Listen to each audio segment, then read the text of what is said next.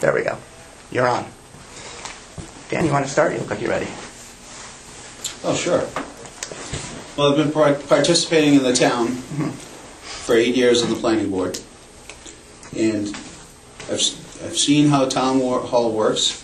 I've seen how meetings work. I've seen the machinations of local government, and I've learned a lot in those 8 years. I learned how to deal with an entire board and the diverse personalities on the board. And I've learned to keep a level head and be the even keel of that board. And I could say that, but if you hear it from somebody else, it's true. And you can ask anyone you like. And that's the way it is. So I've had the interest. I've been on the board, and I'd like to expand. I'd like to expand my influence in town. I have the qualifications, both educational and business. I raise a family here in town. My children are still in school. My daughter is out of school now. She was class 2004 Silver Lake. So I have an interest, both past and present, in the future of the town. And I want to contribute what I can. And I believe the Board of Selectmen is the best spot for me at this time in my life. Okay. Anybody else want to kick in, James? Well, I agree. I've lived in Pembroke my entire life. Spent most of my time going through the school systems. I left for college. Spent a semester there. Things didn't really quite work out the way I planned it. It just wasn't what I thought was right for me. So, about 8 months ago, I was asked by a gentleman who lives on 4th Street, if you're going to school for politics, why haven't you doing anything around town? And, at the time I was like, well, who's going to take me seriously? And, as time wore on, I kind of thought about it a little bit more, and I thought that maybe this is something that would really be in my best interest to move forward with. I go to school for public policy, and what I've learned so far is that most of the time, as people get within the system over time, they kind of get caught up in, I guess you'd say, not novelties, but they kind of get caught up in like the whole grind of it. And sometimes it's best to kind of inject, a new face, possibly some new progressive ideas, something that I think I can bring to the table. I'm not going to lie and say that I know everything. That's exactly the opposite of what I want to bring.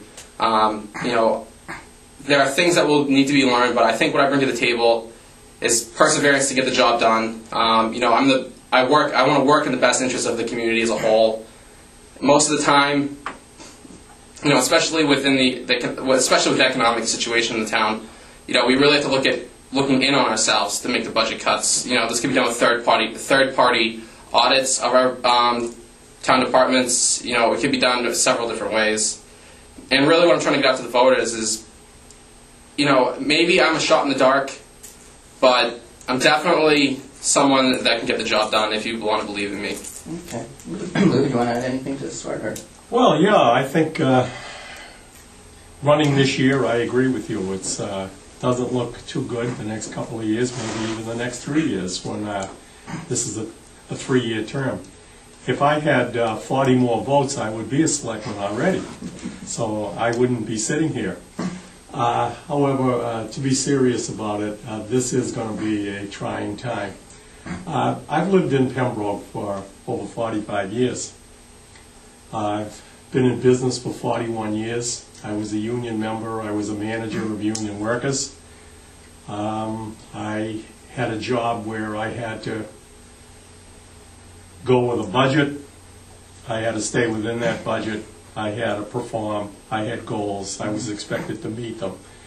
So anyone that's had a career in business in a management position probably knows exactly what I'm talking about. This is going to be tough. I've had a career in Pembroke where I was on the planning board. I was chairman of the Council on Aging board.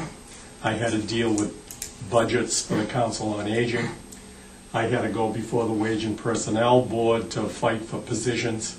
I had to argue articles on the town meeting floor. I had to go before the advisory board to defend my budget.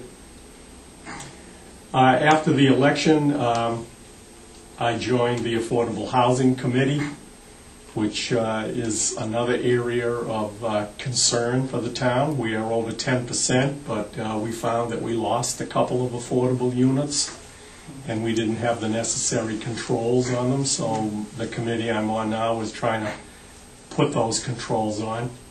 I was also asked to join the advisory board, which I'm currently on. And I've reviewed the articles for this year's town meeting on the 28th. That's part of my job on advisory. I've also had to review the budget on a line-by-line basis. And a couple of other committees that I haven't been officially on, but I've attended all the meetings, the Capital Planning Committee and the Cash Management Committee. One of the reasons why I want to be on the Board of Selectmen on these tough times is because I want to keep that Cash Management Committee going. It's a very large committee comprised of the selectmen, town administrator, the town accountant, all the financial people, the superintendent of schools, the school committee is represented. And they meet and discuss the cash situation for Pembroke. And they have come up with an action plan. And it's that action plan that has kept us away from going after 2.5 overrides. And this year is going to be even tougher not to do that. Every year it gets a little tougher. We have a stabilization fund that over 5 years has grown to over $500,000. So we are in a pretty good financial position. While other towns are closing libraries and laying off teachers and policemen, we aren't there yet. We may be. But that's not my philosophy. That's going to be to continue where we are. Okay. So it is going to be a tough 3-year term for whichever the two of us get that job. And but I think that we all know that. And we're not dropping out. Yep. So we're going to be in there fighting. Yep. Okay, now, Jan's raised an interesting point about sort of being a new face. And on the flip side, of course, is Lou and Dan, you've both been heavily involved with town government and various committees. You just listed the ones you're on. Dan, you've done the planning board and other committees. And sometimes there's And sometimes I think there are at least some voters who don't necessarily think of that as a positive. They are looking for a new face. They're looking for new ideas. I don't say specifically in Pembroke, but sometimes I know of there's always that sort of they're the insiders.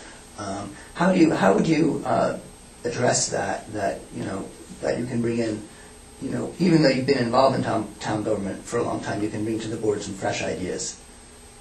You can start, Dan. Sure. The planning board is a very hard-working board, but it generally does it tucked away. And unless something's done wrong, you never hear a word from us. And we languished away in the planning board. Okay. And when you're a member of a board, whether it's a planning board, some other boards and committees, whether it be the Board of Health, the advisory committee, hard-working people, but it's faceless, nameless, thankless. It really is. So to say that anyone on a board or entity like the planning board is entrenched in politics, I guess that's the